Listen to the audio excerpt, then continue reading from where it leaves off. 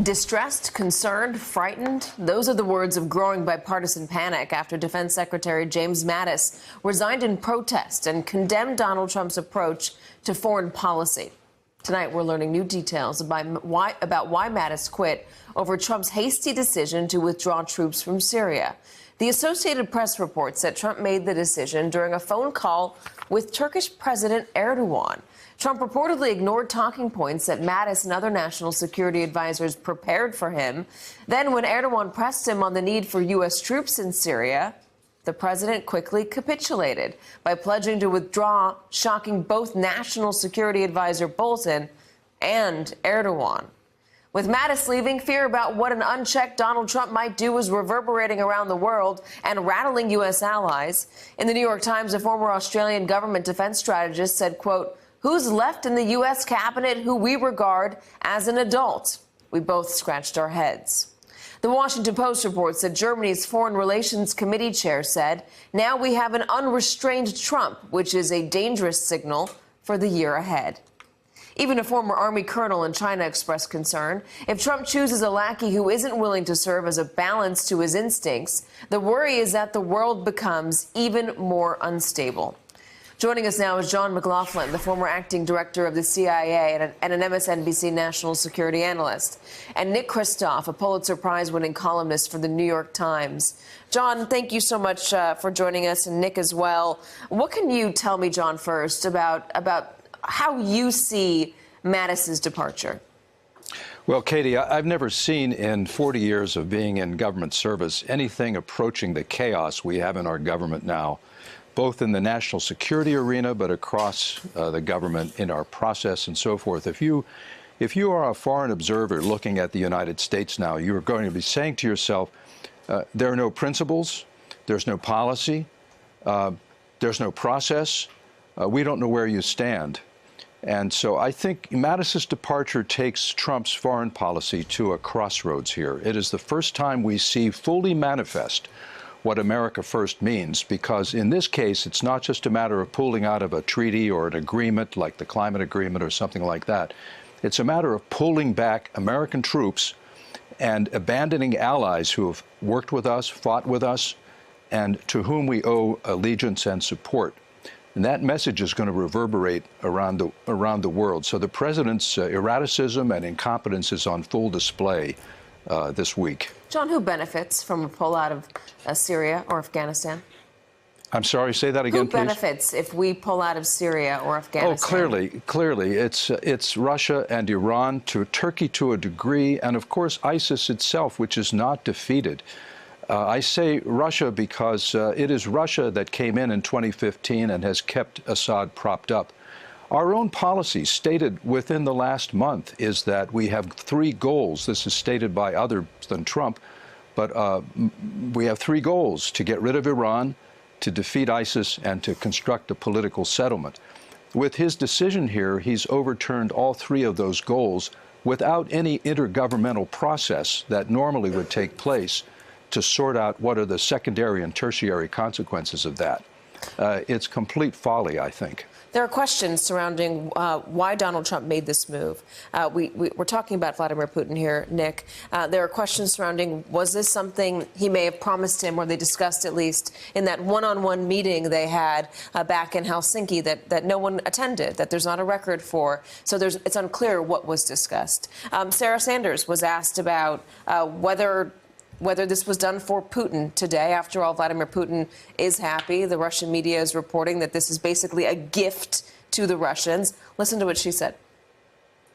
Vladimir Putin cheered the president's decision to leave Syria, and James Mattis said he would be leaving the administration. What message does that send that Putin cheers the president and his own defense secretary is upset about? Look, the idea that Putin is happy about this is ridiculous. He's not. This puts a greater emphasis and makes them have to actually step up and do something and do more in the region. It puts them at a greater risk. So I think that's just silly.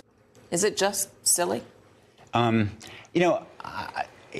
So The idea of pulling out troops from Syria or reducing the troops in Afghanistan is not a crazy idea, and it's something that over time we should be working toward. The way this was handled was indeed completely crazy, and indeed Russia is a beneficiary. In the case of Syria, we abandoned the Kurds, the latest betrayal of the Kurds for 100 years of such betrayals. And it speaks to this larger sense of chaos and undermining of our commitments. I mean, I think this was the last straw for Mattis, but I think that for Mattis, the larger issue was the way the president was systematically undermining the systems that had helped keep us safe for 75 years, and the recognition that what keeps us safe isn't just guns, but also our alliances. And that's what this betrayed. Bob Woodward wrote in his book, "We're doing this," and this is about how Mattis served as a check on Donald Trump's military strategy, specifically North Korea. "We're doing this in order to prevent World War III," Mattis said. "They couldn't believe they were having these conversations and had to justify their reasoning." Mattis was particularly exasperated and alarmed, telling close associates that the president acted like and had the understanding of a 5th or 6th grader. This is talking about doing military exercises along the Korean Peninsula. Yeah, Katie, I think that is indeed the issue, that globally Mattis was seen as kind of a Trump tamer, that Trump would have some crazy idea about a military parade, about transgender troops, and it would be Mattis who would, about torture, Mattis who would rein him back in. But really the most important issue of all was North Korea. And there, what we've all heard is that Trump put a lot of pressure on the Joint Chiefs to explore military strikes, to explore very provocative actions along North Korea that people worried might spark something, and that it was really Mattis who managed to talk him down from that. And Mattis did that in a way. He managed Trump.